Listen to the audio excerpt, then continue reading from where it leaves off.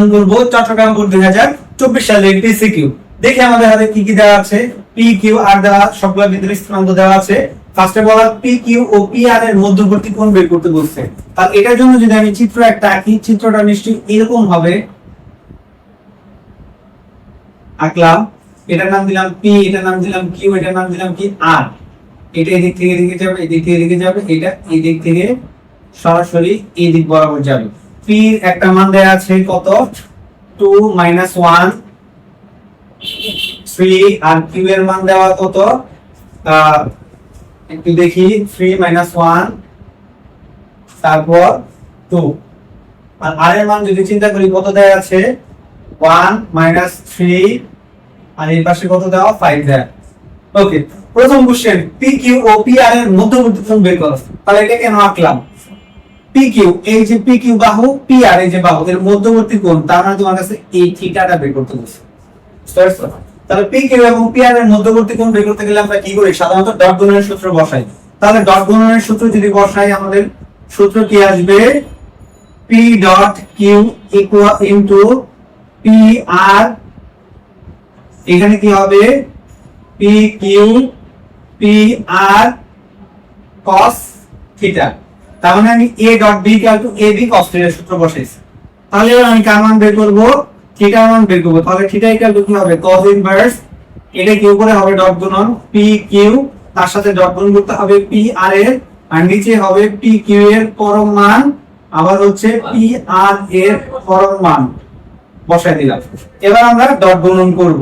Dot গুণন করার আগে আমাদের আগে পি কিউ এর মান বের করতে হবে। দেখো তো এখানে পি এর মান এইটা, কিউ এর মান এইটা। তাহলে পি কিউ এর মান যদি বের করতে চাই, আমাকে কি করতে হবে, পি কিউ ভেক্টরের মান আমাকে কি করতে হবে, কিউ থেকে পি এর মানটা বের করে দিতে হবে। এখানে কিউ এর মান কত, 3 i cap minus i cap লিখি আগে, কার মান লিখতেছি আগে, কিউ এর মান। মানে এটার ক্ষেত্রে পরে যে আছে সেটা আগে লিখবো, আর আগে যে বাহুটা আছে ওটা পরে লিখে মাইনাস করে দিব। তাহলে কিউ এর মানটা কত আছে, 3 i cap minus J cap plus 2 K cap লিখলাম, মাইনাস, তারপর আমরা কি করব, এই মানটা লিখবো, সেটা কি 2 i cap minus J cap plus 3 K cap. যদি আমি বিয়োগ করি কত হয়, 3 থেকে যদি আমি 2 বার দিয়ে দেই, আমাদের একটা i ক্যাপ বড়টার সামনে যেহেতু প্লাস প্লাস দিছি, মাইনাস জে ক্যাপ, আর এটা মাইনাস মাইনাসে কি প্লাস, তার মানে এখানে আমাদের কত আসে, 0 জে ক্যাপ। এটার ক্ষেত্রে 2 কে ক্যাপ, আর এটার সামনে মাইনাস 3 কে ক্যাপ, তার মানে মাইনাস শুধু একটা কে ক্যাপ। এটা কি আমাদের পি কিউ এর মান। এবার যদি আমি পি আর এর মান বের করতে চাই, পি আর এর মান কত হবে, আমি দেখি আগে আর এর মান বসাইতে হবে। আর এর মান কত, i cap minus 3 J cap plus 5 K cap minus, এবার কি পি এর মান বসাবো, পি এর মান কত, 2 i cap minus J cap plus 3 K cap. এক এখানে 2 আছে, তার মানে আমি যদি 1 থেকে 2 বিয়োগ করি, আমাদের কত আসে, minus i cap.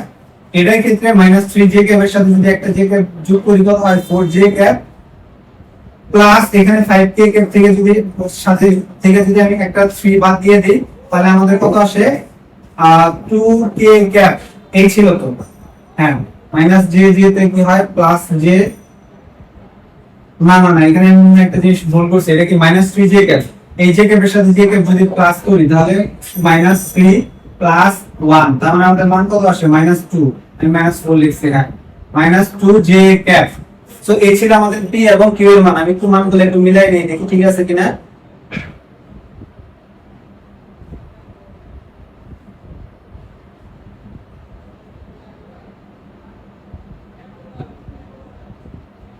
i cap minus K cap minus i cap minus 2 J cap plus 2 K cap, হ্যাঁ ঠিক আছে।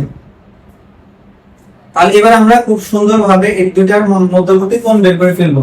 তাহলে পি কিউ এর যদি পরম মান বের করতে চাই, পি কিউ পরম মান কত, i এর উপর স্কয়ার মানে 1 এর উপর স্কয়ার প্লাস 0 এর উপর স্কয়ার দিলেও যা, না দিলেও তা, মাইনাস 1 এর উপর স্কয়ার করে দিলাম, আমাদের ফাইনাল মান কত আসে, 1 আর 1 যদি যোগ করি কত, √2।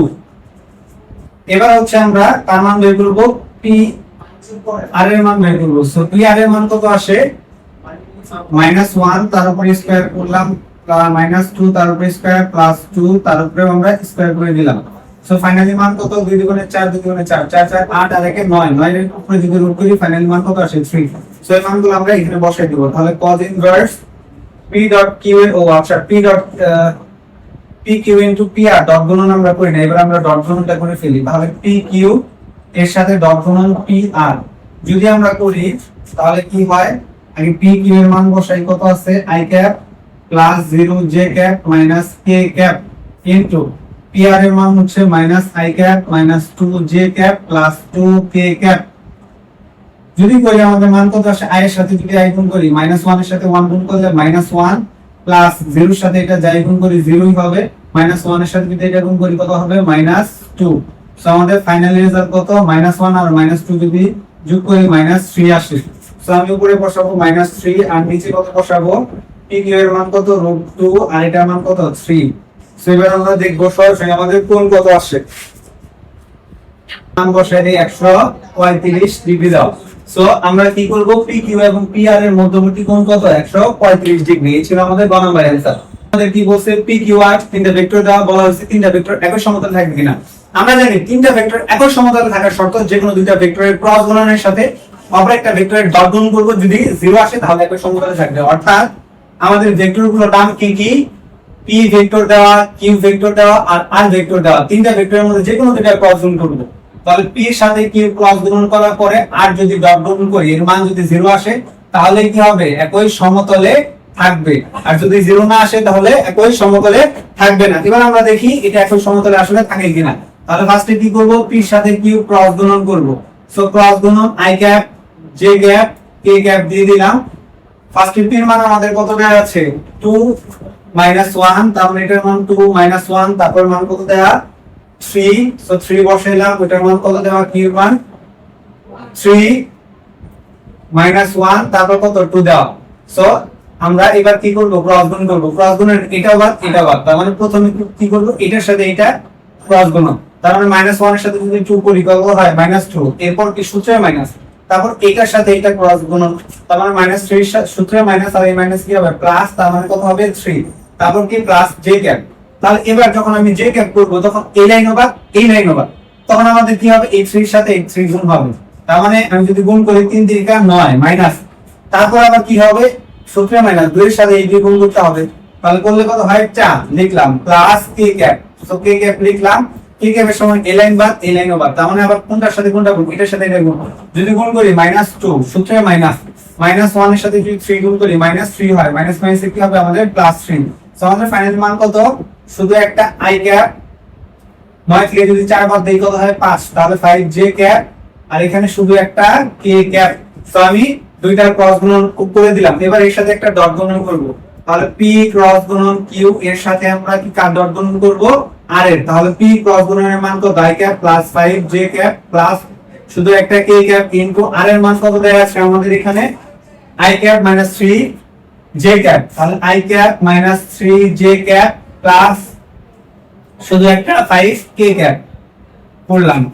এবার দেখি আই এর সাথে আই যদি গুণ করি, 1 এর সাথে 1 গুণ করলে 1 প্লাস প্লাস 5 এর সাথে -3 যদি গুণ করি তাহলে কত হয় প্লাস মাইনাসে মাইনাস 3 5 15 প্লাস 1 এর সাথে যদি 5 গুণ করি কত হয় 5, তার মানে আমাদের ফাইনাল মান কত আসে 5 আর 1 6, 6 15, আলটিমেটলি এর মান কত আসে -9। অর্থাৎ পি ক্রস গুণন কিউ তার সাথে যদি ডট গুণন আর করি এর মান 0 হয় না, তার মানে এটা একই সমতলে থাকবে থাকবে না, তার মানে ভেক্টর দ্বয় একই সমতলে থাকবে না, ভেক্টর দ্বয় একই সমতলে থাকবে না। এই ছিল আমাদের কি কোন বোর্ডের কোশ্চেন অ্যানসার, চট্টগ্রাম বোর্ড 2024 সালের অ্যানসার।